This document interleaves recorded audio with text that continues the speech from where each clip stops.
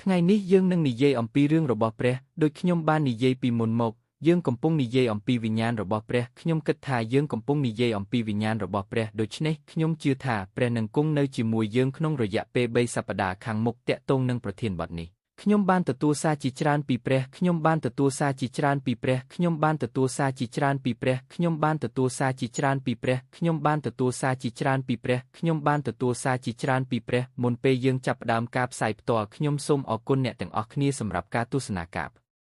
ផ្សាយផ្ទាល់នេះតើអ្នកចង់ឲ្យខ្ញុំធ្វើអ្វីដើម្បីជួយអ្នកថ្ងៃនេះខ្ញុំមិនមានថាមពលច្រើនទេកាលពីយប់មិញខ្ញុំមិនសូវមានកម្លាំងទេព្រោះខ្ញុំមានបញ្ហាសុខភាពខ្លះខ្ញុំសង្ឃឹមថាអ្នកយល់ពីអ្វីដែលខ្ញុំកំពុងនិយាយអូខេអស់លោកស្រីសូមស្វាគមន៍មកកាន់ Channel របស់ខ្ញុំថ្ងៃនេះយើងមានរឿងមួយដែលខ្ញុំទទួលបានពីនារីម្នាក់ឈ្មោះរឿងដំបូងដែលខ្ញុំបានរៀនគឺការស្មោះត្រង់នឹងខ្លួនឯងនេះជាអ្វីដែលបានកើតឡើងនៅកោះញឹកតេខុសណាធីស្ថិតក្នុងឃុំខាត់ដានៅភ្នំពេញវានៅកោះញឹកធីវាគឺនៅរាជធានីវានៅខាត់កាដាវានៅកោះញឹកធីស្ថិតនៅរាជធានីភ្នំពេញដូច្នេះរឿងនេះបានកើតឡើងនៅឆ្នាំ2007នេះគឺជារឿងរបស់លោកអូលិនបូរីដែលនិយាយអំពីរឿងចក្រានិងរឿងយាយរឿងចក្រាជារឿងចក្រានិងរឿងចក្រាគឺជារឿងចក្រានិងរឿងចក្រាគឺជារឿងចក្រានិងរឿងចក្រានិងរឿងចក្រានិងរឿងចក្រានិងរឿងចក្រានិងរឿងចក្រានិងរឿងចក្រានិងរឿងចក្រានិងរឿងចក្រានិងរឿងចក្រានិងរឿងចក្រានិងរឿងចក្រានិងរឿងចក្រានិងរឿងចក្រានិងរឿងចក្រានិងរឿងចក្រានិងរឿងចក្រានិងរឿងយើងបានផ្លាស់ប្ដូរពីភាពស្ងប់ស្ងាត់ទៅជាភាពងឹតបន្តិចកុំទុកយើងឲ្យនៅស្ងៀមយូរពេកដូច្នេះខ្ញុំគិតថាយកវាទុកនៅខ្លួនយើងល្អជាងព្រោះថ្ងៃនេះខ្ញុំមិនបានសួរអ្នកថាតើអ្នកយកចិត្តខ្ញុំកម្រិតណាហើយខ្ញុំនឹងព្យាយាមនិយាយឲ្យបានល្អតាមដែលខ្ញុំអាចធ្វើបានព្រោះពេលនេះខ្ញុំនៅស្ងៀមតែពេលនេះខ្ញុំនៅស្ងៀមមិនអីទេអស់លោកស្រីនេះជារឿងរបស់បុរសដែលខ្ញុំចាត់ទុកជាភរិយាដំបូងរបស់គាត់តាមសៀវភៅវាប្រៀបដូចជាក្មេងកាត់បេះដូងនោះហើយជាមូលហេតុដែលគាត់ហៅម្ដាយរបស់គាត់ដូច្នេះរឿងចាប់ផ្ដើមពីឆ្នាំ2003-2004រឿងដែលកើតឡើងនៅស្រុកញ៉ាត្រាងរឿងដំបូងចាប់ផ្ដើមដោយយ៉ាកស្ត្រីរូបនេះមិនទាន់ស្គាល់ឈ្មោះនៅឡើយនាងកើតនៅឆ្នាំ2005នាងមានអាយុត្រឹមតែ3-4ឆ្នាំប៉ុណ្ណោះរឿងខ្មោចដើមចេកភាគបញ្ចប់នាងមិនដឹងរឿងនោះទេអ្វីដែលនាងដឹងគឺប្តីនាងមិនមែនជាអ្នកប្រាប់នាងការពិតនោះទេ3ឆ្នាំក្រោយមកក្នុងឆ្នាំ1992ប្តីរបស់នាង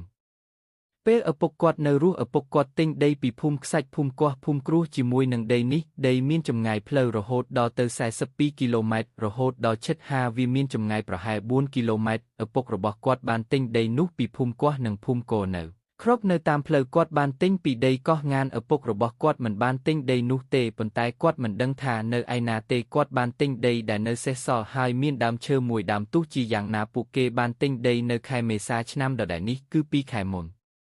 ពួកគេបានទិញវាជាយូរមកហើយហេតុនេះហើយបានជាគេទុកដីឲ្យកូនចៅគេទិញដីឲ្យកូនចៅទោះជាយ៉ាងណាដីនោះមិនអាចរកប្រាក់ចំណេញបានទេព្រោះមិនមែនជាឪពុកឬម្ដាយដែលទៅធ្វើស្រែចម្ការទេដល់ដីពេលឪពុកទិញឪពុកក៏ប្រគល់ឲ្យប្អូនស្រីបងស្រីរបស់គាត់ជាអ្នកមើលថែស្ថានយល់ដូច្នេះកូនរបស់ឪពុកម្ដាយមិនត្រូវទៅធ្វើស្រែចម្ការតែម្នាក់ឯងទេយល់